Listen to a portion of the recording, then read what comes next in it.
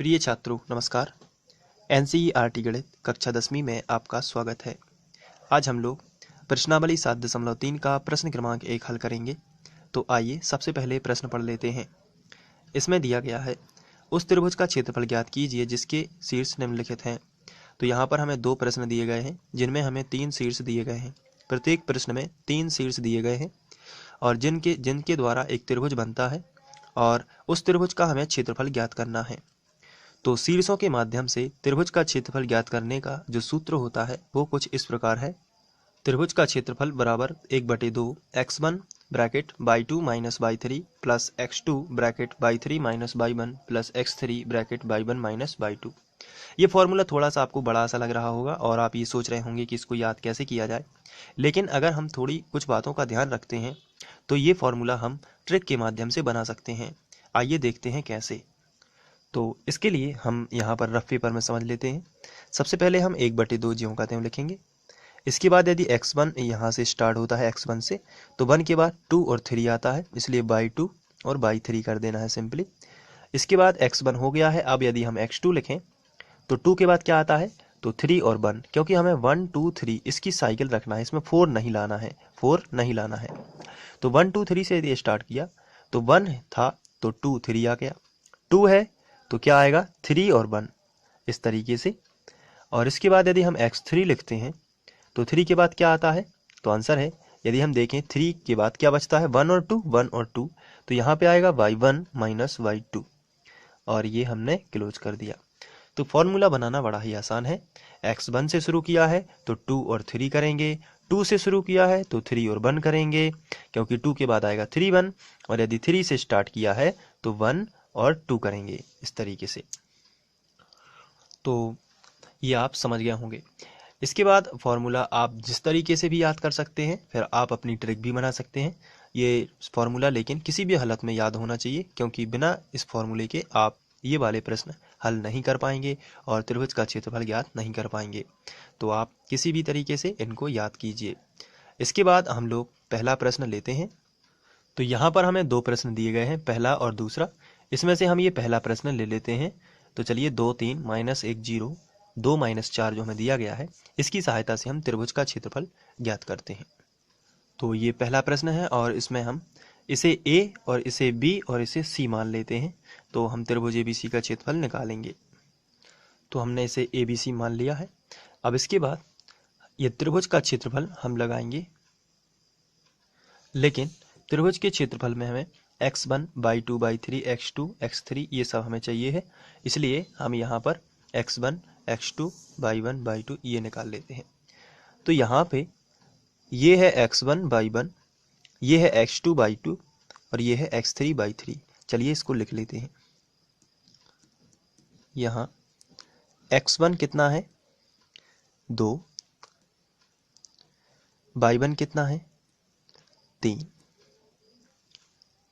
इसके बाद x2 कितना है, तो ये है -1, और बाई 2 कितना है, ये है 0।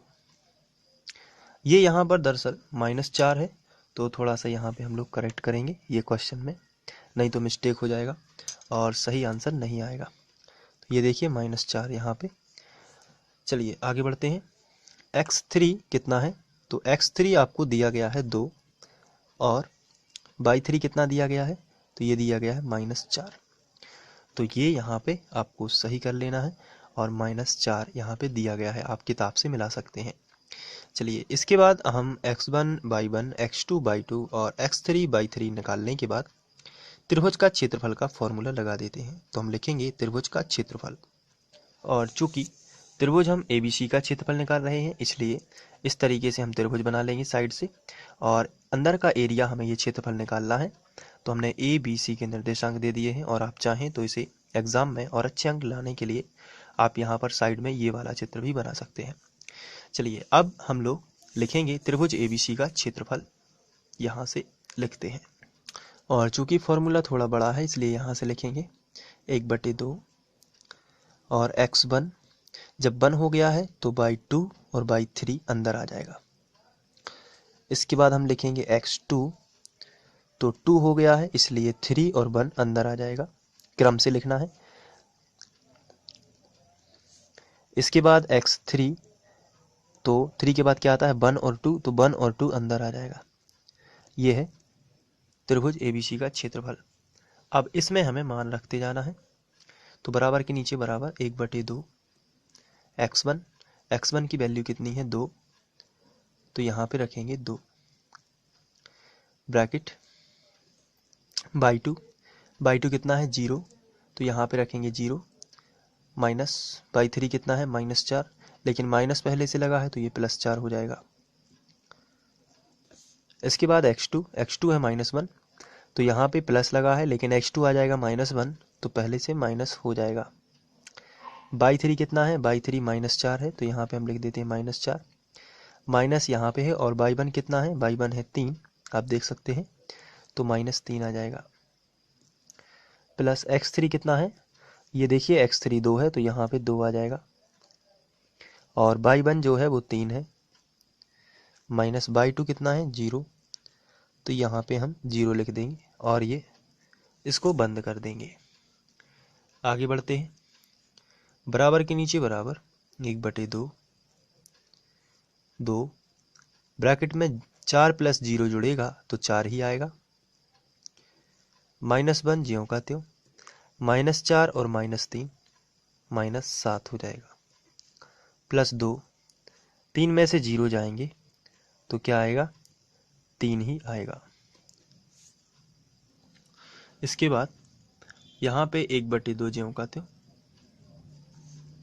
4 दूनी 8, माइनस माइनस प्लस, 7 एकम 7, प्लस 3 दूनी 6। इसको आगे बढ़ाएंगे तो 1/2, 8 और 7 15, 15 और 6 और जोड़ लेंगे तो 21 आएगा। तो यहाँ पर 21 और यहाँ पर क्लोज कर देते हैं। तो इसके आगे जब सॉल्व करेंगे तो आएगा 21/2, और क्षेत्रफल है इसलिए वर्ग इकाई में। तो इस तरीके से आपको सॉल्व कर लेना है। आप चाहें तो इसे नोट भी कर सकते हैं, और इसके लिए आप यहाँ से नोट कर सकते हैं ये और ये। तो आशा करता हूँ कि आप लोगों को समझ में आ गया होगा। Thank you.